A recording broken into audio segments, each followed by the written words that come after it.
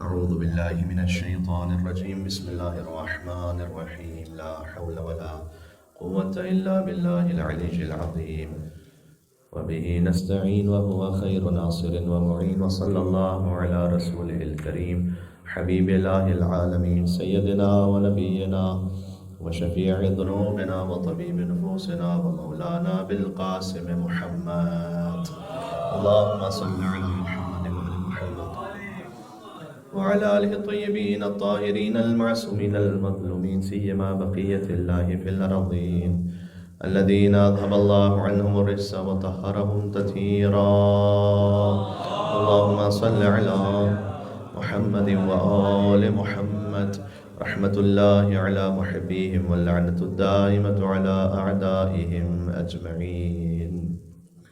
ثواب الأجر کی خاطر دعا امام زمانہ عجل اللہ تعالی فرجہ الشریف. بسم اللہ الرحمن الرحیم. اللهم كن لوليك الحجة ابن الحسن صلواتك عليه وعلى آبائه في هذه الساعة وفي كل ساعة وليا وحافظا وقائدا وناصرا ودليلا معينا حتى تسكنه أرضك طوعا وتمتعه فيها طويلا. اللهم صل على. أما بعد فقد قال الله الحكيم في كتابه المجيد بسم الله الرحمن الرحيم طاسيم تلك آيات الكتاب المبين. نار الصلوات. اللهم صل على محمد وعلى محمد. سورہ شعراء سے ایک عنوان ہم آپ کی خدمت میں ان رمضان المبارک کے باقی ماندہ ایام و شبوں کے لیے پیش کرنا چاہتے تھے. سورہ شعراء مکی صورتوں میں آیات کی تعداد کے اعتبار سے سب سے طویل سورہ ہے، اگرچہ کہ حجم کے اعتبار سے جو مکی صورتیں ہیں ان میں سورہ اعراف سب سے طویل سورہ ہے حجم کے اعتبار سے، اس لیے کہ اس میں 20 سے زیادہ رکوع ہیں، 22 رکوع ہیں اور 207 آیتیں ہیں. سورہ شعراء ہے اس کی آیتیں زیادہ ہیں لیکن رکوع جو ہے وہ کم ہے، 227 آیتیں 11 رکوع ہیں. سورہ اعراف کے 24 رکوع ہیں.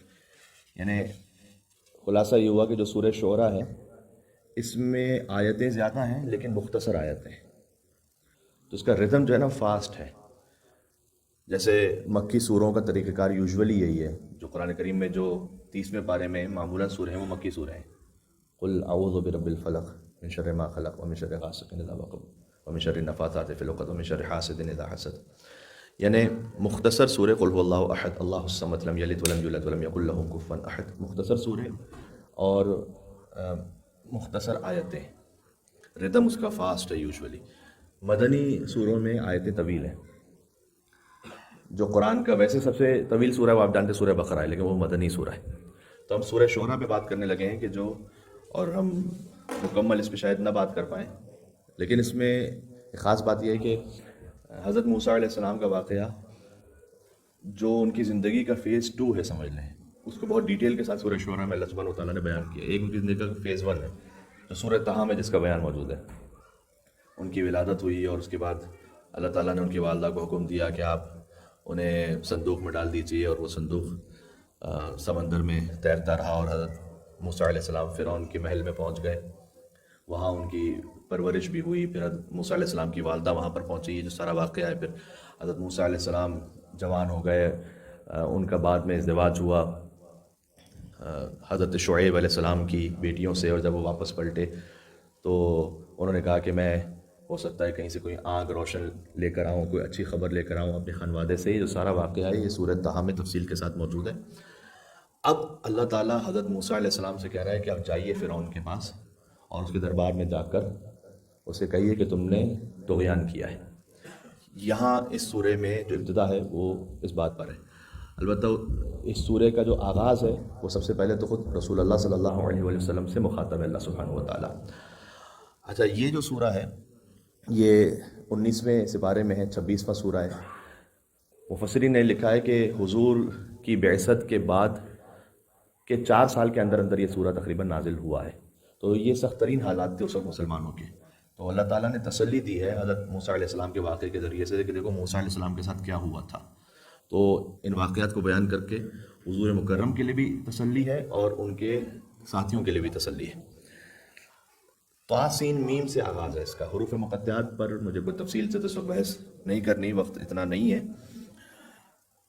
یہ یاد رکھیے گا کہ قرآن کے سوروں میں بھی مختلف گروپس ہیں. جیسے سورہ شعراء جو ہے وہ اس کے بارے میں علماء و مفسرین نے لکھا ہے کہ اس میں 8 سورے ہیں ایک گروپ کے اندر. تھوڑا سا کو کم کر دیجیے گا، پہلے ٹھیک تھا. نعرہ صلوات، اللہم صل علی محمد و آل محمد.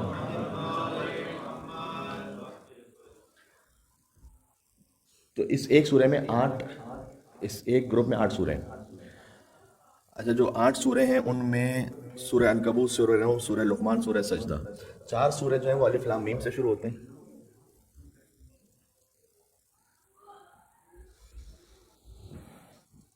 تین سورے ایسے ہیں جو طاسین سے شروع ہوتے ہیں. سورہ شعراء، سورہ قصص طاسین میم سے شروع ہوتے ہیں. سورہ نمل طاسین سے فقط شروع ہوتے ہیں. ایک سورہ وہ ہے کہ جو سورہ فرقان ہے کہ جو بغیر حروف مقطعات کے شروع ہوتا ہے. یہ 8 سوروں کا ایک گروپ ہے جس کا ایک میسج ہے. آئی تھنک ٹھیک ہے، میں خیال میں واضح آواز مل کے سروات بھیجیں. محمد و آل محمد، محمد و آل محمد. جیسے سورہ احزاب اور سورہ نور کا ایک پیئر ہے، اسی طریقے سے سورہ شعراء میں 8 سورے وہ ہیں کہ جن کا ایک گروپ ہے پورا اور ان کا ایک خاص میسج ہے. اچھا، اس سورے کو طاسین میم سے شروع ہوتا ہے، اسے تواسین بھی کہتے ہیں. تواسین 3 سورے ہیں، سورہ شعراء، سورہ قصص اور یا ہوتا ہے یا بالکل ہی نہیں ہوتا، درمیان میں کچھ نہیں ہے. مل کے صلوات بھیجیں. اللہم صلی علی محمد. تو سورہ شعراء ہے، سورہ قصص ہے اور سورہ نمل ہے. یہ وہ ہیں 3 سورے کے جو تواسین کہلاتے ہیں. اچھا، جو تواسین ہے نا ان کی اپنی ایک اہمیت ہے، اس لیے کہ امام معصوم نے فرمایا کہ تواسین کی جو تلاوت کرے شب جمعہ اللہ سبحانہ و تعالیٰ سے قیامت میں اولیاء اللہ میں مشہور فرمائے گا. تو تواسین کون سے ہو گئے؟ سورہ شعراء، سورہ قصص، سورہ نمل. تو کبھی کوئی ایک شب جمعہ آپ یہ ضرور اپنی زندگی میں رکھیں کہ کم از کم ایک شب جمعہ مجھے سورہ شعراء، سورہ قصص اور سورہ نمل کی تلاوت کرنی ہے. اس لیے کہ امام علیہ السلام نے ارشاد فرمایا ہے کہ شب جمعہ ان 3 سوروں کی تلاوت کرنے والا اللہ سبحانہ و تعالیٰ کیا ولی اللہ مشہور ہوگا. اسی طریقے سے ایک گروپ ہے حوامیم کا. اگر تواسین ہے پھر حوامیم. حوامیم جو ہیں وہ سورہ نمبر 40 سے لے کر 46 تک یہ 7 سورے بنتے ہیں. یہ حوامیم ہیں.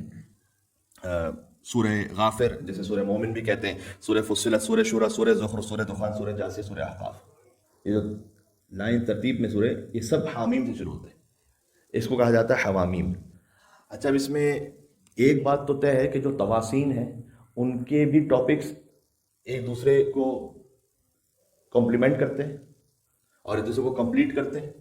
اس طریقے سے حوامیم اس میں ایک سورہ دوسرے سورے کا مکمل ہے، اس کو کمپنسیٹ کرتا ہے. اب اس میں اور کیا راز ہے اللہ سبحانہ و تعالیٰ جانتا ہے. میں فقط اتنا آپ کی خدمت میں عرض کر دوں، ایک مفاخرہ ہے جو مولا علی علیہ السلام کا بی بی فاطمہ الزہرا سلام اللہ علیہا کا ہے. اللہم صل علی محمد و آل محمد. اس مفاخرے میں مولا علی علیہ السلام اور بی بی فاطمہ سلام اللہ علیہا اپنے فضائل کا اظہار فرما رہے ہیں، دونوں گفتگو کر رہے ہیں اور رسول اللہ صلی اللہ علیہ وسلم موجود ہیں. مجھے یاد نہیں پڑتا کہ یہاں اس میلبرن کی سرزمین پر کبھی میں نے اس مفاخرے کو کوئی تفصیل سے پڑھا یا نہیں پڑھا. البتہ اوورسیز تو میں نے پڑھا ہوا اور اس کے کچھ سوشل میڈیا کے ذریعے سے کلپس بھی شاید آپ تک پہنچ گئے ہوں گے آلریڈی. تو وہ مفاخرہ اس میں بی بی فاطمہ سلام اللہ علیہ مثال کے طور پر مولا علی علیہ السلام یہ کہتے ہیں کہ میں نبع عظیم ہوں. صحیح، مولا نے اپنی فضیلت کو بیان کیا کہ میں نبع عظیم ہوں. تو بی بی فاطمہ سلام اللہ علیہ نے جواب دیا کہ میں بنت صادق اور امین ہوں. اس طرح سے مفاخرہ ہو رہا ہے. اس طرح مولا علی علیہ السلام نے کہا کہ میں وہ ہوں کہ جس کے ذریعے سے آدم علیہ السلام نے توبہ کی. تو ابھی فاطمہ صلی اللہ علیہ نے جواب دیا کہ میں وہ ہوں کہ جس کے ذریعے سے آدم علیہ السلام کی توبہ قبول ہوئی. بڑا خوبصورت ایک لطیف مکالمہ ہے یہ. اس میں یا مثال کے طور پر مولا علی علیہ السلام نے کہا کہ میں وہ ہوں کہ میرا نام اللہ سبحانہ و تعالیٰ نے اپنے نام عالی سے مشتق فرمایا. تو بی بی سیدہ سلام علیہ نے کہا کہ میں وہ ہوں کہ اللہ سبحانہ و تعالیٰ نے میرا نام اپنے نام فاطر سے مشتق فرمایا. تو اس کا اختتام یہاں پر ہوتا ہے کہ حضور نے کہا کہ اے فاطمہ آپ مفاخرہ یا مقابلہ نہ کریں فضائل کا علی ابن ابی طالب علیہ السلام سے، اس لیے کہ ھذا جبرائیل و میکائیل و اسرافیل و اسرافیل، یہ میکائیل اور جبرائیل اور اسرائیل اور اسرافیل ہیں 4000 ملائکہ کے ساتھ جو علی ابن ابی طالب کی مدد کر رہے ہیں آپ کے ساتھ مفاخرے میں. اور ھذا راحیل و دردائیل، اور یہ راحیل اور دردائیل ہیں کہ جو 4000 مزید ملائکہ کے ساتھ اس مفاخرے کو سن رہے ہیں. تو یہ ایک بڑا لطیف یعنی اس کا مکالمہ ہے. اس کو میں نے اس وقت کیوں پیش کیا؟ اس وقت مولا علی علیہ السلام نے اپنے فضائل کے لیے فرمایا ان الحوامیم. یہ جو حامیم کے جو سورہ ہیں نا 6، یہ میں ہوں 7 جو سورہ ہیں. اب اس کی کیا مصلحت ہے، کیا راز اس میں، یہ مولا علی علیہ السلام جانتے ہیں کہ کیوں خاص حوامیم سے اپنے آپ کو تشبیہ دی مولا نے کہ میں وہ حوامیم ہوں. قرآن کے وہ 7 سورے جو حامیم سے شروع ہوتے ہیں. اس کے بعد بی بی فاطمہ سلام اللہ علیہ نے جواب دیا انا ابن بنت تواسین، آپ حوامیم ہیں اور میں بنت تواسین ہوں. تو وہ تواسین یعنی جو 3 سورے جو تواسین سے شروع ہوتے ہیں، جس میں سے 2 تاسین میم سے شروع ہوتے ہیں اور 1 تواسین سے شروع ہوتے ہیں. تو جب بنت تواسین، اس کا مطلب ہے کہ رسول اللہ صلی اللہ علیہ وسلم تواسین ہیں اور امیر المومنین حوامیم ہیں. انہی تواسین میں سے ایک سورہ ہے سورہ شعراء جو تواسین میم سے شروع ہوتا ہے. اور اس سورے میں جو آیت نمبر 10 سے آنورڈز مجھے اصل میں کچھ تفصیل سے آپ کے سامنے پڑھنا تھا، لیکن میں اس وقت سوچتا رہا کہ تبرکاً جب آیت نمبر 10 سے پڑھنا ہے تو کیوں نہ ابتدائی سے پڑھ لیا جائے کہ اس کا ایک فلو آپ کے سامنے اور میرے سامنے بھی ہم اس کو درک کر پائیں اچھی طرح سے. بسم اللہ الرحمن الرحیم. طاسیم میم حروف مقطعات ہیں. حروف مقطعات جہاں کہیں بھی آئیں گے اس میں اگلی آیت آپ دیکھیں گے کہ اللہ تعالیٰ نے قرآن کی عظمت کا بیان کیا ہے. الف لام میم ذالک الکتاب لا ریب فیہ. الف لام میم کے 6 سورے ہیں قرآن میں، جس میں سے 2 مدنی ہیں 4 مکی ہیں. جو 2 مدنی ہیں وہ سورہ بقرہ اور سورہ آل عمران ہیں، اور جو 4 مکی ہیں وہ ہیں کہ جو اس سورہ شعراء کے گروپ میں ہیں، جو میں نے ابھی آپ کی خدمت میں عرض کی. تو جہاں کہیں حروف مقطعات آئیں گے، حروف مقطعات کے فوراً بعد معمولاً قرآن کی عظمت کا بیان ہے. جیسے یہاں پر ہے طاسیم میم تلک آیات الکتاب المبین، یہ روشن کتاب کی آیتیں ہیں. یہ کیوں اللہ سبحانہ و تعالیٰ نے اس انداز کو اختیار کیا ہے؟ بارہا اس بات کو بیان کیا جا چکا ہے کہ قرآن کے ایک ایک امر میں اور ایک ایک فعل میں اللہ تعالیٰ کی ہزاروں حکمتیں ہیں. ہم جو حکمت اب تک سمجھ پائیں وہ یہ ہے کہ اللہ تعالیٰ نے سمجھایا ہے مکے والوں کو، مدینہ والوں کو، جن پر براہ راست جن کے سامنے قرآن آ رہا تھا، کہ دیکھو عربی تم بھی بولتے ہو اور یہ عربی بھی، قرآن بھی عربی میں ہے، اور انہی حروف سے ہے جن حروف کو تم استعمال کرتے ہو یوزولی، جو الگ سے حروف نہیں ہے. جو قرآن معجزہ ہے اس کا مطلب یہ نہیں کہ اللہ تعالیٰ نے کوئی ایسی چیز سے معجزہ بنا دیا جو تمہارے سامنے تھی نہیں. الف لام میم تم استعمال کرتے ہو، الف لام را یہ تم استعمال کرتے ہو حروف، تا سین میم بھی تم استعمال کرتے ہو، یاسین یا بھی تم استعمال کرتے ہو، سین بھی استعمال کرتے ہو، تا ہا تا استعمال کرتے ہو، ہا استعمال کرتے ہو. تو یہ وہ کوئی الگ سے مٹیریل نہیں کہ جسے اللہ سبحانہ و تعالیٰ نے نازل کر دیا ہو کہ تم یہ کہو کہ ہمارے پاس تو تھا ہی نہیں تو یہ معجزہ ہو گیا. نہیں، یہ تمہارے سامنے دسترس میں تمہارے سارے حروف. لیکن تم میں اور اللہ سبحانہ و تعالیٰ میں فرق یہ کہ جب تم اسے استعمال کرتے ہو تو عام کلام بنتا ہے، جب اللہ ان حروف کو استعمال کرتا ہے تو قرآن مجید بنتا ہے. یہ فرق ہے. تو طاسین میم تلک آیات الکتاب المبین لعلک باخع نفسک الا یکونوا مؤمنین. دیکھیں امام باقر علیہ السلام نے ارشاد فرمایا ہے اللہم صل علی محمد و آل محمد لکل شیء ربیع ربیع القرآن شہر رمضان. ہر شے کی ایک بہار ہے، قرآن کی بہار ماہ رمضان ہے. تو قرآن کے باقی ماندہ ایام میں اللہ تعالیٰ نے اگر توفیق دی تو ہم چاہتے ہیں کہ مزید اپنے آپ کو قرآن سے قریب کریں، انس پیدا ہو ہمارا قرآن سے. لعلک باخع نفسک الا یکونوا مؤمنین. اور یہ جو ہم ایک ایک آیت پڑھتے ہیں، آپ جانتے ہیں حدیث میں آیا کہ رمضان المبارک میں ایک آیت کا پڑھنا ایک قرآن ختم کرنے کے برابر ہے. تو انشاءاللہ ہم سب ثواب میں شریک ہو جاتے ہیں کہ جب ایک آیت پڑھی جائے تو ایک پورے ختم قرآن کا ثواب اللہ سبحانہ و تعالیٰ عطا فرماتا ہے. یہ بھی اس کی رحمت ہے. طا سین میم، یہ آیت ختم ہو گئی. یہ ایک آیت ہے طا سین میم. آپ نے اس آیت کو پڑھا، حدیث معصوم کی روشنی میں اللہ سبحانہ و تعالیٰ آپ کو انشاءاللہ پورے قرآن کو ختم کرنے کا ثواب عطا فرمائے گا ان 3 حروف کے صدقے میں. غور فرمائیے، مل کے صلوات دے دینا ہمیں رسول اللہ صلی اللہ علیہ وآلہ وسلم.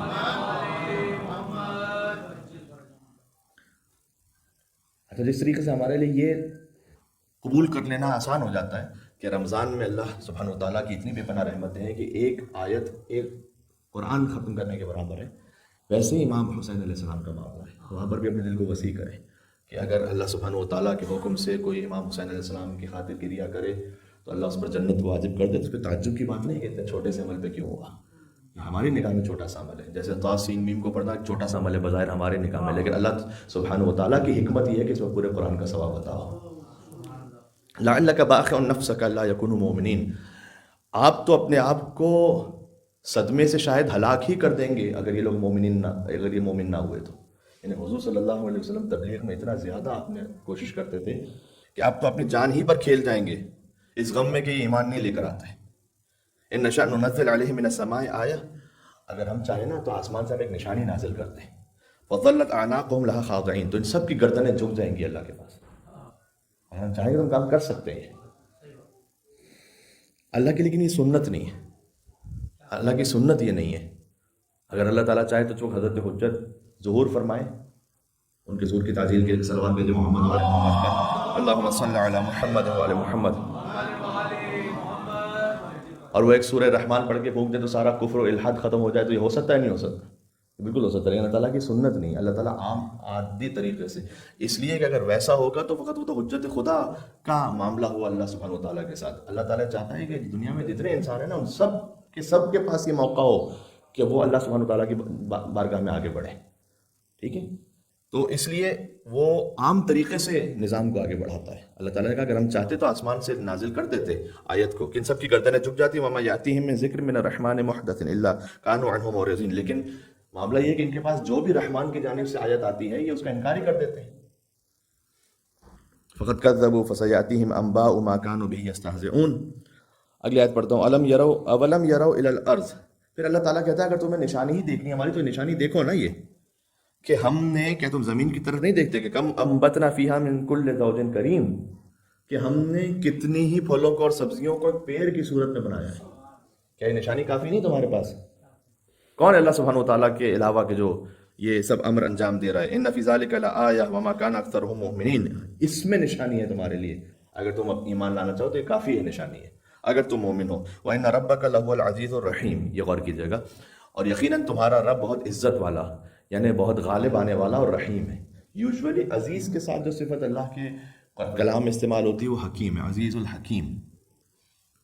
یہاں پر عزیز الرحیم استعمال میں، عزیز الحکیم نہیں. اس کی وجہ بظاہر یہ ہے کہ اللہ تعالیٰ نے کہا یہ ہماری رحمت کا تقاضا ہے کہ ہم فوراً ایک ایسی بڑی نشانی نہیں بھیجتے کہ تم سب کی گردنیں جھک جائیں. یعنی اللہ تعالیٰ آسمان سے پتھر نازل کرنا شروع کر دے تو پھر کون ہے اس کے مقابلے میں کھڑا؟ تو اللہ تعالیٰ نشانی نازل کر سکتا ہے، لیکن اس کی رحمت کا تقاضا ہے کہ وہ یہ کام نہیں کرتا، وہ مہلت دیتا ہے. تو وہ غالب آنے والا ہے لیکن وہ رحم کرنے والا بھی ہے. بات واضح ہو رہی ہے؟ اور جتنا اللہ نے دنیا میں رحم کیا ہے، حدیث میں حضرت سلمان فارسی سے روایت ہے کہ حضور نے فرمایا کہ اللہ کی رحمت کے 100 حصے ہیں تو اس میں سے ایک حصہ اللہ تعالیٰ نے اس دنیا میں بھیجا ہے، باقی 99 قیامت میں حساب کتاب کے لیے بچا کے رکھے. اس دنیا میں جتنا بھی ایک دوسرے کے ساتھ کوئی رحم دلی محبت ہے، ماں کے دل میں اولاد کے لیے محبت اور رحمت ہے، وہ اللہ کی رحمت کے ایک حصے کا صدقہ ہے جو ساری دنیا میں پھیلی ہوئی.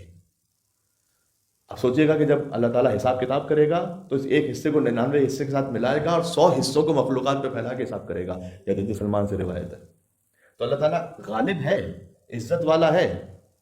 عزت والا ہم اردو میں جو عزت کہتے ہیں وہ عزت تھوڑا سا کسی اور میننگ میں، یا قرآن میں جو عزت جس معنی میں استعمال ہوتا ہے نفوذ ناپذیر، اس کو کوئی پینیٹریٹ نہیں کر سکتا اللہ تعالیٰ کو، اس کے امر کو کوئی بریچ نہیں کر سکتا، لیکن وہ رحمت والا بھی ہے. یوزولی جو غالب ہوتا ہے وہ ڈکٹیٹر بن جاتا ہے. اللہ تعالیٰ کا معاملہ یہ نہیں، وہ رحمت والا ہے.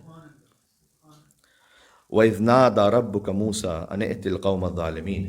پھر یہ حضور صلی اللہ علیہ وسلم کے دل کو تسلی دی اللہ تعالیٰ نے کہ یاد کیجیے اللہم صلی علی محمد وعلی محمد، کہ جب اللہ تعالیٰ نے آپ کے رب نے موسیٰ علیہ السلام کو ندا دی کہ جاؤ ظالمین کے پاس جاؤ. اب حضرت موسیٰ علیہ السلام کا واقعہ سے شروع ہو جائے، تقریباً 60 آیتوں پر جاری رہے گا، اور ہم اسی کو آگے آنے والے کچھ انشاءاللہ دروس میں ڈسکس کریں گے. قوم فرعون الا یتقون، وہ جو فرعون کی قوم ہے اس کے پاس جاؤ اور اسے جا کے کہو کہ تم اللہ سبحانہ و تعالیٰ سے خوف نہیں کھاتے، تقوی نہیں اختیار کرتے اللہ کا. اچھا اب یہاں حضرت موسیٰ علیہ السلام دیکھیں معاملہ اتنا آسان نہیں، یہ پڑھ لینا ہے، سن لینا آسان ہے. حضرت موسیٰ علیہ السلام نے کیا کہا؟ قال رب انی اخاف ان یکذبون. حضرت موسیٰ علیہ السلام نے کہا پروردگار مجھے تو یہ ڈر ہے کہ یہ میری تکذیب کریں گے، یہ تو مانیں گے نہیں مجھے. یہ سب سے بڑا چیلنج ہوتا ہے ایک مبلغ کے لیے. مثال کے طور پر میں آپ کے سامنے گفتگو کر رہا ہوں، ایک مرتبہ ہوتا ہے کہ مثلا مجھے محسوس ہو کہ کوئی سن نہیں رہا، تو یہ بھی تھوڑا سا ڈسہارٹنگ ہوگا کہ میں بات کر رہا ہوں لیکن کوئی سننے کو تیار نہیں. ایک مرتبہ ہے کہ بات کر رہا ہوں کہ اٹھ کے کہا کہ تم تو جھوٹ بول رہے ہو، تو بات ہی ختم ہو گئی. اب آپ اس سے بحث کرتے رہیے، اسے سمجھاتے رہیے.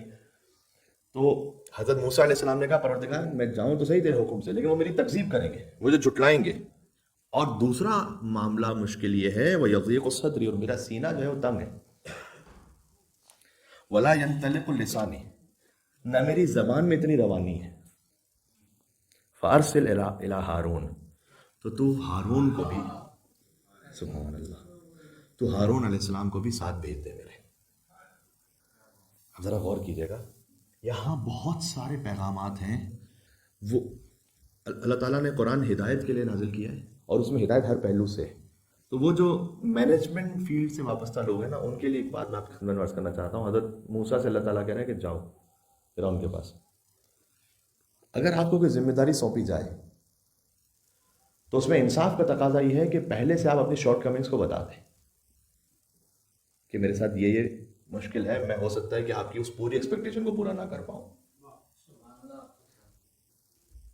میں اللہ تعالیٰ رسول بنا کے بھیج رہا تھا، حضرت موسیٰ علیہ السلام سینہ چوڑا کر کے فوراً نکل جائے، اس سے بڑی کیا بات ہوگی بھائی میرے لیے؟ کہا نہیں، پروردگار میرا سینہ جو ہے وہ تنگ بھی ہے، میری زبان میں اتنا فلو نہیں ہے.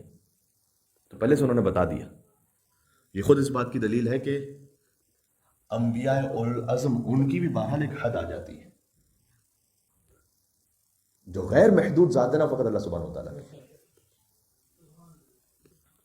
اور اس نے اپنی صفات کا مظہر بنایا چند مخصوص ہستیوں کو، کہ جہاں پر کوئی ترک اولا نہیں ہے، جہاں پر کوئی کمی نہیں ہے. تو حضرت موسیٰ علیہ السلام نے کہا کہ پروردگار میرا سینہ تنگ ہے، زبان میں تھوڑا سا میری روانی میں کمی ہے.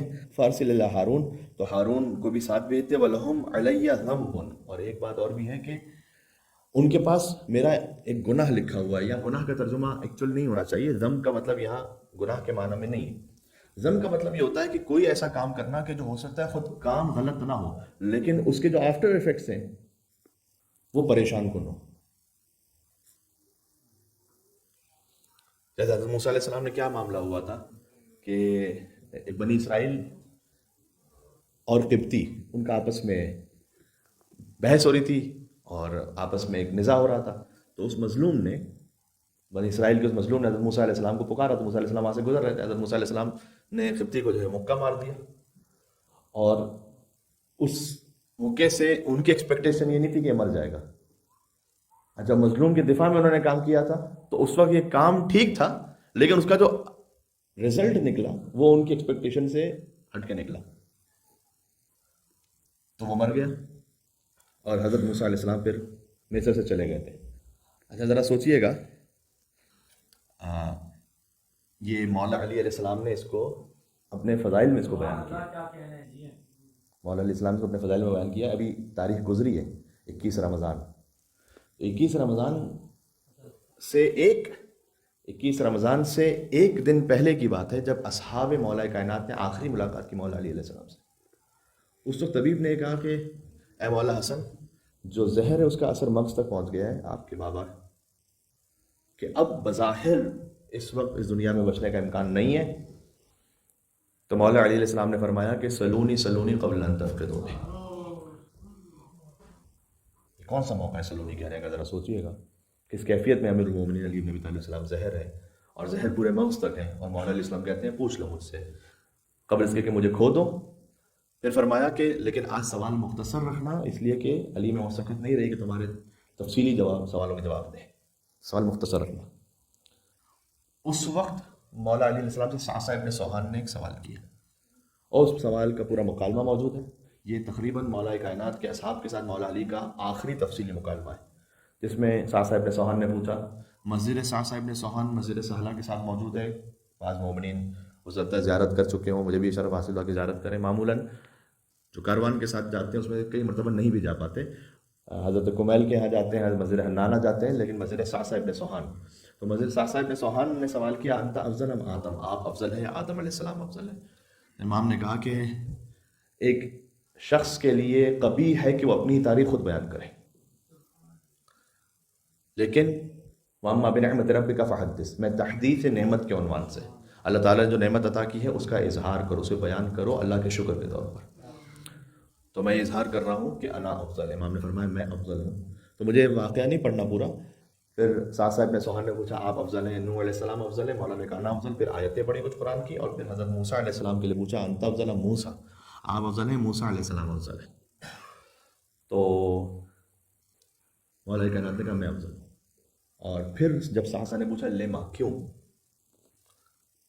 تو اس وقت مولا علی علیہ السلام نے ان آیات کی طرف اشارہ کیا، کہا موسیٰ علیہ السلام نے قبطیوں کے ایک کو مارا تھا، وہ بھی قتل کرنے کا ارادہ نہیں کیا تھا، یہ قتل خطا ہو گیا تھا، اور اللہ تعالیٰ نے کہا کہ جاؤ فرعون کے پاس، تو حضرت موسیٰ علیہ السلام نے کہا پروردگار میرے دل میں خوف ہے کہ میں نے ایک مارا ہوا ہے ان کا، تو ہارون کو میرے ساتھ بھیج دیں۔ اور کہا جب رسول اللہ صلی اللہ علیہ وآلہ وسلم نے مجھے سورہ براءت دیا کہ جاؤ مکہ میں جا کے سناؤ یہ، تو جب میں مکہ میں پہنچا تو ان میں سے کوئی ایسا نہیں تھا، میری مجلسوں کا عنوان ہی یہ تھا، کوئی ایسا نہیں تھا کہ کسی کے باپ کو، کسی کے دادا کو، کسی کے چچا کو، کسی کے ماموں کو میں نے قتل کیا یا علی۔ تبھی میں نے رسول اللہ سے یہ نہیں کہا کہ یا رسول اللہ میرے دل میں خوف ہے، ان سب کے درمیان جا کے میں کیسے کہوں گا، یہ کیسے سورہ سناؤں گا جس کا آغاز یہ براءۃ من اللہ، کہ اللہ سبحانہ و تعالیٰ جو ہے وہ بیزار ہے، مشرکین سے بیزار ہے۔ بات واضح ہو رہی ہے؟ تو اس لیے سبحان اللہ، ایک مل کے صلوات دیتے ہیں محمد وعلی محمد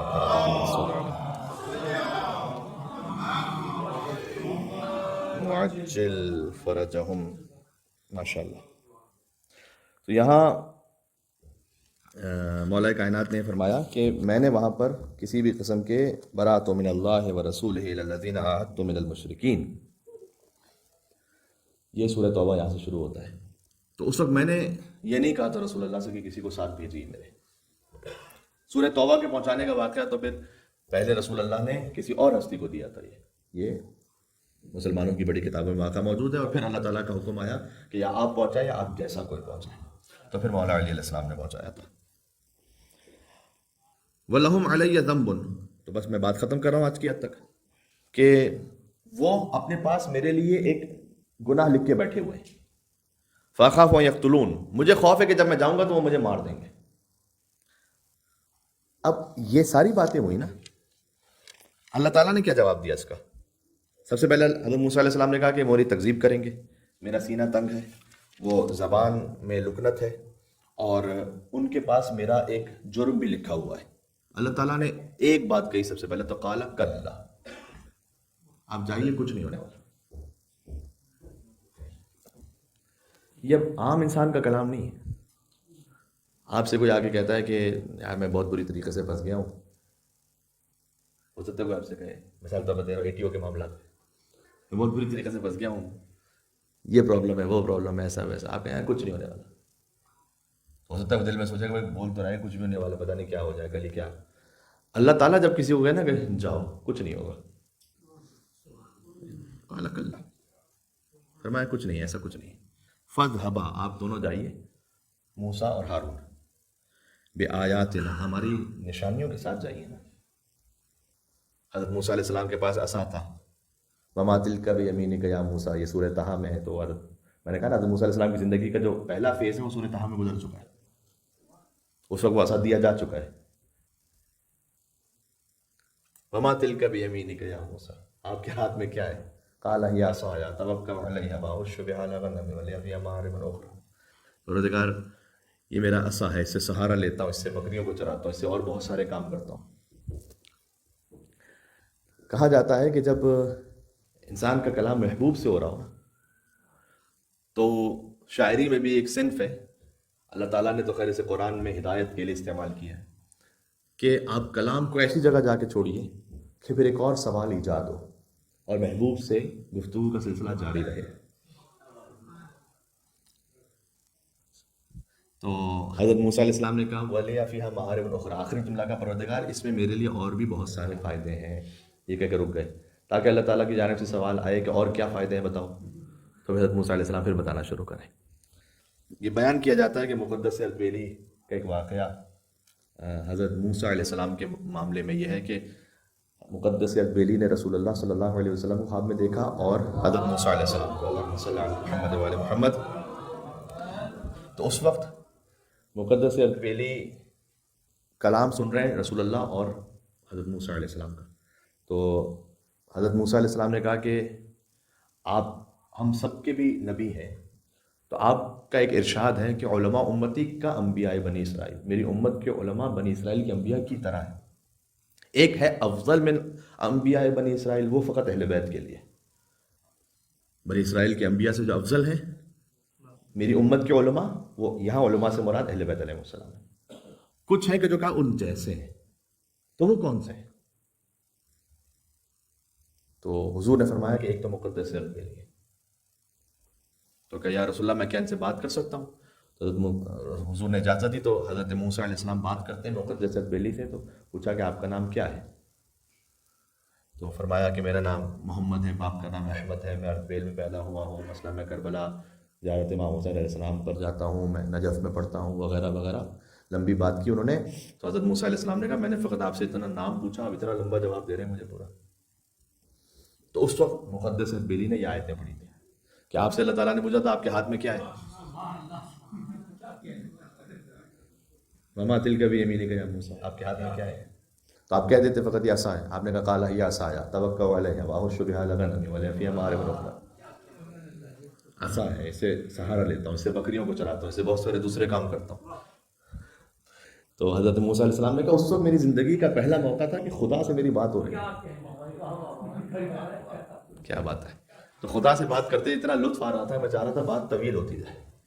تو مقدس البیلی نے کہا کہ بس یہ میری زندگی کا پہلا موقع ہے کہ میری نبی خدا سے بات ہو رہی ہے مجھ سے، اور میں چاہ رہا ہوں کہ بات طول ہوتی جائے، کلام طویل ہو. مل کے صلوات پہ دینا ہمیں حیدر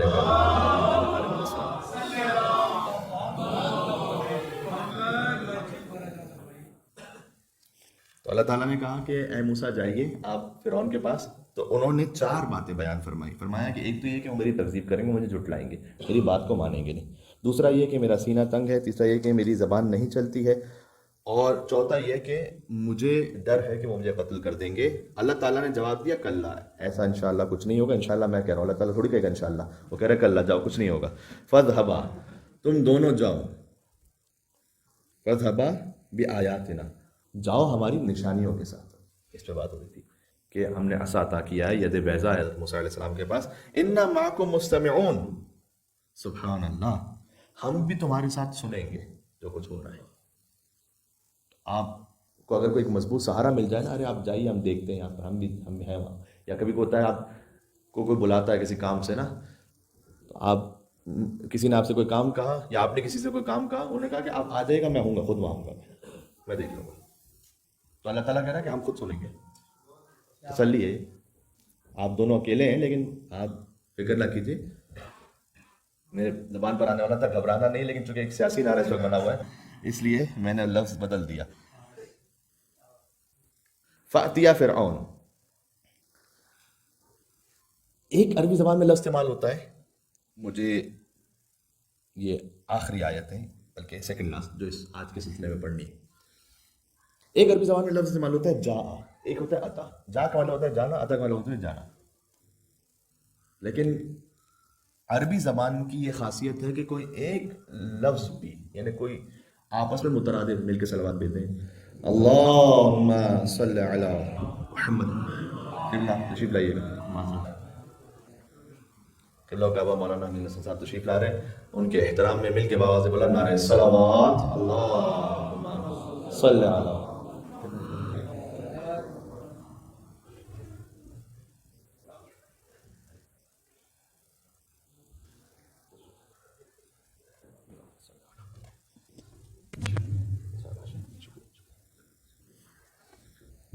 نعرہ صلوات اللہم صلی علی محمد وعلی محمد.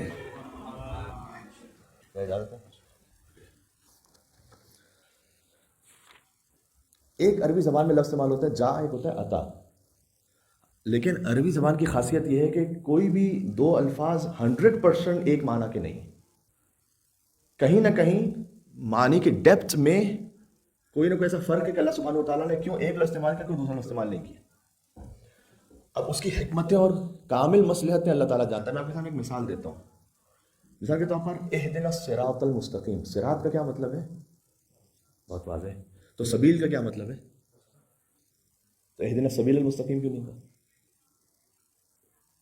پروردگار مجھے سبیل مستقیم کی ہدایت فرما. کیوں صراط مستقیم؟ اب ہو سکتا ہے کہ اس میں بے شمار لامتناہی نکات ہوں جن تک ابھی ہماری رسائی بھی نہیں ہے. بعض جگہوں پہ اللہ سبحانہ و تعالیٰ نے سبیل الہی کا ذکر کیا ہے اور سوروں میں، اس میں اپنی مصلحتیں ہوں گی. یہاں مثلا ہمارے قوم میں استاد تھے، انہوں نے اس بات کو بیان کیا کہ یہ بالکل آغاز ہے سورہ فاتحہ ہے، تو اللہ تعالیٰ نے بہت ساری چیزوں کو اسٹیبلش کیا جو کچھ پورے قرآن میں اس کا خلاصہ سورہ الحمد میں. سبیل اور صراط میں ایک فرق یہ بھی ہے کہ سبیل کا پرولل ہے سبل، صراط کا پرولل ہے ہی نہیں. یہاں اللہ تعالیٰ نے کیا سمجھایا؟ ہم ایسا راستہ تمہیں بتا رہے ہیں کہ جس میں کوئی جمع ہے ہی نہیں، ایک ہی راستہ، اونلی ون. یہ نہیں کہ بہت سارے راستوں میں سے ایک گنجائش ہے کہ یہ راستہ، نہ اہدنا الصراط المستقیم. پروردگار ایک وہ جو واحد راستہ ہے اس کی طرف ہدایت فرماتے ہیں. جو حضور مکرم نے اپنے عصا سے، اپنے انگشت مبارک سے کچھ خط کھینچے زمین پر جو آڑے ترچھے تھے اور ایک سیدھا خط کھینچا، کہ یہ سیدھا ایک خط ہے جو صراط مستقیم ایک ہے. صراط مستقیم اہل بیت اطہار علیہ السلام ہے. اللہم صلی علی محمد وعلی محمد. تو یہاں اللہ تعالیٰ نے جا کا صیغہ استعمال نہیں کیا، عطا کا صیغہ استعمال کیا کہ تم دونوں فأتیا فرعون. جا میں ایک معنی یہ بھی آتا ہے کہ کسی بہت مشکل امر پر کوئی جا رہا ہو، اور عطا میں ہوتا ہے کہ بہت آسانی سے، سادگی سے، کوئی مسئلہ نہیں ہے جس میں کوئی پریشانی کی بات نہیں. تو اللہ تعالیٰ نے فاتیا فرعون کہا، جاؤ فرعون کے پاس، جیسے ایسے کہ جو بہت ہی عام سی بات ہے، کوئی پریشانی نہیں ہوگی تمہیں. آپ کے دل میں جو بھی کوئی ڈاؤٹس ہیں وہ سب اللہ تعالیٰ اس کو دیکھ لے گا. فاتیا فرعون فقولا، اور جا کے کہو انا رسول رب العالمین، کہ ہم دونوں رب العالمین کے رسول ہیں، یعنی اللہ کی طرف سے بھیجے ہوئے ہیں. یہاں پر بھی ایک خاص بات یہ ہے، انا یہاں پرولل ہے، ہم دونوں، یعنی موسیٰ اور فرعون، معذرت موسیٰ اور ہارون علیہ السلام، ہم دونوں رسول اللہ رب العالمین. بعض جگہوں پر قرآن میں یہ بھی ہے کہ ہم دونوں رسول ہیں، لیکن یہاں کا ہم دونوں پھر رسول ایک سنگولر یوز کیا. واضح ہو رہی ہے میں کیا کہنا چاہ رہا ہوں؟ کہ ہم دونوں میسنجر ہیں، میسنجرز نہیں کہا، یعنی یک جان دو کارن ہے. بات واضح ہو رہی ہے؟ اب یہ ساری باتیں آپ سوچئے گا کہ حضور نے فرمایا تھا یا علی انت منی بمنزلۃ ہارون من موسیٰ الا انہ لا نبی بعدہ، کہ اس طرح سے محمد علی کا ظہور ہے، دو آنکھیں جس طرح سے ہیں ایک نور ہے. یہ ان الفاظ میں تقریباً میر انیس علیہ الرحمٰن نے اس بات کو بیان کیا تھا کہ جیسے دو آنکھیں ہوتی ہیں لیکن آپ نور ایک ہوتا ہے. فرمایا کہ ہم دونوں رسول ہیں، ایک رسول ہے مل کے. اس طرح سے تشبیہ دی اپنے آپ کو رب العالمین ان ارسل معنا بنی اسرائیل، کہ اب تو چھوڑ دے بنی اسرائیل کو، آزاد کر اور انہیں ہمارے ساتھ جانے دے. یہاں تک بات ہے. پھر فرعون نے کیا جواب دیا؟ جب حضرت موسیٰ علیہ السلام پہنچے تو فرعون نے اتنی آسانی سے تو ماننے والا نہیں تھا، اس نے پھر جادوگروں کو بلایا. کیا ہوا وہ کل انشاءاللہ بات یہاں سے شروع کریں گے. کہا جاتا ہے کہ تقریباً 6 لاکھ افراد تھے جنہیں فرعون نے غلام بنایا ہوا تھا. بنی اسرائیل کی قوم تھی 6 لاکھ. اللہ جانے کیا اس وقت اس کی ایک ڈکٹیٹرشپ تھی کہ اس کا سسٹم ایسا بنا ہوا تھا کہ 6 لاکھ میں سے کسی کی ہمت اور جرت نہیں تھی کہ فرعون کے سامنے کوئی بات کہہ سکے. اور یہ کیا، جب حضرت موسیٰ علیہ السلام کہہ رہے ہیں کہ بنی اسرائیل کو جانے دو ہمارے ساتھ، تو کیا وہ جانے دے گا اتنی آسانی سے؟ وہ کیوں جانے دے گا؟ لیکن آج تو سب کے سامنے بہت کامن سی بات ہے، بہت ساری کمپنیز جو ہیں وہ آؤٹ سورس کرتی ہیں اپنے کاموں کو انڈیا، بنگلہ دیش وغیرہ. کیوں؟ Cheap labour. تو چیپ لیبر کی وجہ سے سارا جو اکانومی کا نظام وہ آگے پیچھے ہو جاتا ہے. فرعون کے پاس جو ہے نا چیپ لیبر نہیں ہے، فری لیبر ہے اس کے پاس. 6 لاکھ فری لیبر جس کو اسے فقط کھانا اتنا دینا ہے کہ کل تک زندہ رہے بس. اس کے بڑے بڑے مینشنز بنتے ہیں، بڑے بڑے محل بنتے ہیں، بڑے بڑے پل بنتے ہیں، پوری سلطنت بادشاہت چل رہی ہے، اور ایک خاص قبطی قبیلہ ہے کہ جو ان پر حاکم ہے. تو حضرت موسیٰ علیہ السلام چاہتے ہیں کہ انہیں فرعون کی غلامی سے میں آزادی دلاؤں. اور حضرت موسیٰ علیہ السلام، خیر پھر میں انشاءاللہ کل اس بات کو کنٹینیو کریں گے کہ جب حضرت موسیٰ علیہ السلام پہنچے تو فرعون کا اس پہ کیا ریئیکشن تھا. میں اتنا عرض کرنا چاہوں گا کہ جو انسان جب پوری پوری قومیں غلام بن جاتی ہیں نا، تو یہ انبیاء الہی کی سنت رہی ہے کہ انہیں آزادی دلائی جائے. اس لیے آزادی دلائی جائے کہ جب تک آپ غلام ہیں تو نہ آپ اپنی جانب سے آزاد سوچتے ہیں، نہ آپ اپنی جانب سے آپ سمجھ رہے ہوتے ہیں اپنے آپ کو. شاید ہو سکتا ہے ہم بھی کہیں نہ کہیں اسی ایک سسٹم کا ایک پرزہ بنے ہوئے ہوں. ہمیں سوچنا پڑے گا کہ ہم آزاد بن کر سوچتے نہیں ہیں پھر کہ کیا حق ہے، کیا باطل ہے، کیا صحیح ہے، کیا غلط ہے. تو حضرت موسیٰ علیہ السلام گئے اور فرعون سے یہ کہا کہ بنی اسرائیل کو چھوڑو. اب یہاں منزل مصائب پہ ایک بات میں عرض کرنا چاہوں گا کہ ابا عبداللہ الحسین علیہ السلام نے ایک جملہ کہا تھا کربلا میں، اور فرمایا کہ یا شیعۃ آل ابی سفیان، اے آل ابو سفیان کے شیعوں، اگر تمہیں اللہ کا خوف نہیں ہے اور تم معاد پر یقین نہیں رکھتے ہو، فکونوا احرارا فی دنیاکم، کم از کم دنیا میں آزاد بن کر رہو. جنہیں اپنے آپ کو ایسا غلام نہ بنا دو کہ جو یزید کہہ رہا ہے بس پہ چلتے جاؤ. ذرا سوچو تو صحیح کہ صحیح کر رہے ہو غلط. مسلمان بن کر نہیں، انسان بن کر سوچو. یہ کب کہا امام حسین علیہ السلام نے؟ کب کہا؟ جب ابا عبداللہ الحسین زمین کربلا پر تھے اور فوج اشقیاء میں ایک بحث اختلاف ہے کہ حسین زندہ ہے یا مارے گئے. لیکن جلال امام حسین علیہ السلام ایسا تھا کہ وہ قریب نہیں جا سکتا تھا امام حسین علیہ السلام کے یہ دیکھنے کے لیے کہ حسین زندہ ہیں یا قتل ہو گئے. تو شمر نے کہا کہ اپنے گھوڑوں کا رخ خیموں کی طرف کریں، اگر زندہ ہوں گے تو برداشت نہیں کر پائیں گے. اس وقت امام حسین علیہ السلام اپنی کوہنیوں پر زور دے کر بلند ہوئے اور فرمایا کہ اے آل ابو سفیان کے شیعوں، اگر تمہیں قیامت کا خوف نہیں ہے، تم اللہ پر یقین نہیں رکھتے، تو آزاد بن کر جیو. یعنی آزاد ایک انسان ہوتا ہے وہ کسی کے خانوادے پر، کسی کے بہنوں پر حملہ نہیں کرتا. اگر تمہاری دشمنی مجھ سے ہے تو آؤ مجھ سے آ کے لڑو. یا اللہ، یہ بڑی سخت منزل تھی ابا عبداللہ حسین علیہ السلام کے لیے. میں ہاتھوں کو جوڑ کے کہوں گا کہ مولا، آپ نے فقط سنا تھا، آپ نہیں ضبط کر پائے. سلام اس بیمار امام سید سجاد علیہ السلام پر جنہوں نے شام غریبہ اس منظر کو دیکھا کہ بی بی آئی خیمے سے دوسرے خیمے جا رہی ہیں، دوسرے خیمے سے تیسرے خیمے تشریف لے آئیں. کسی نے میرے مولا سجاد علیہ السلام سے پوچھا تھا کربلا میں آپ کی مستورات کے ساتھ، ماؤں بہنوں پھوپھیوں کے ساتھ کیا گزری؟ تو اس وقت امام کے پاس ایک تسبیح تھی، امام مدینہ میں تھے، تو امام نے اس تسبیح کو توڑ دیا اور دانے بکھر گئے وہاں. امام نے کہا دیکھ، جیسے تسبیح کے دانے بکھر گئے ہیں ویسے کربلا میں علی و فاطمہ کی بیٹیاں بکھر گئی. ہائے ہائے ہائے ویسے علی و فاطمہ کی بیٹیاں بکھر گئی تھیں. میرا سلام اس امام پر جنہیں امامت کا پہلا حکم یہ دینا پڑا کہ پھوپھی اماں بغیر چادر کے خیمے سے باہر نکل جائے. سخت ترین منزل تھی یہ. امام سجاد جو غیرت کے امام ہیں، یا اللہ، کہ امام سجاد علیہ السلام سے بی بی زینب سلام اللہ علیہ آئیں اور سوال کریں. یہاں علماء نے لکھا ہے کہ جو بی بی زینب عالمہ غیر معلمہ ہے، وہ مسئلہ کہ جو کسی عام سے شخص کو بھی معلوم ہے کہ اپنی جان بچانا واجب ہے، کیا وہ بیوی کو نہیں پتا تھا؟ کیا پتا تو ہے. تو پھر کیوں بیوی پوچھ رہی ہیں کہ ہم جل کر مر جائیں یا خیموں سے باہر چلی جائیں؟ شاید وجہ یہ ہو کہ بیوی یہ چاہتی ہوں کہ اگر کوئی امام وقت کی جانب سے گنجائش آ جائے، حکم آ جائے، تو زینب کے لیے جل کر مر جانا زیادہ آسان ہے. مر جانا زیادہ آسان ہے، بغیر چادر کے باہر جانا زیادہ سخت ہے. امام سجاد نے کہا پھوپھی اماں آپ خیموں سے باہر تشریف لے جائیے. جس بی بی کے لیے گویا جل کر خیموں میں مر جانا زیادہ آسان تھا، وہی بی بی روز روشن بے مخنا و چادر کوفہ اور شام کے بازاروں میں تھے، اور منادی ندا دے رہا تھا کہ یہ علی و فاطمہ کی بیٹی ہے. یا اللہ، انا للہ و انا الیہ راجعون، رضا بقضائک و تسلیما لامرک.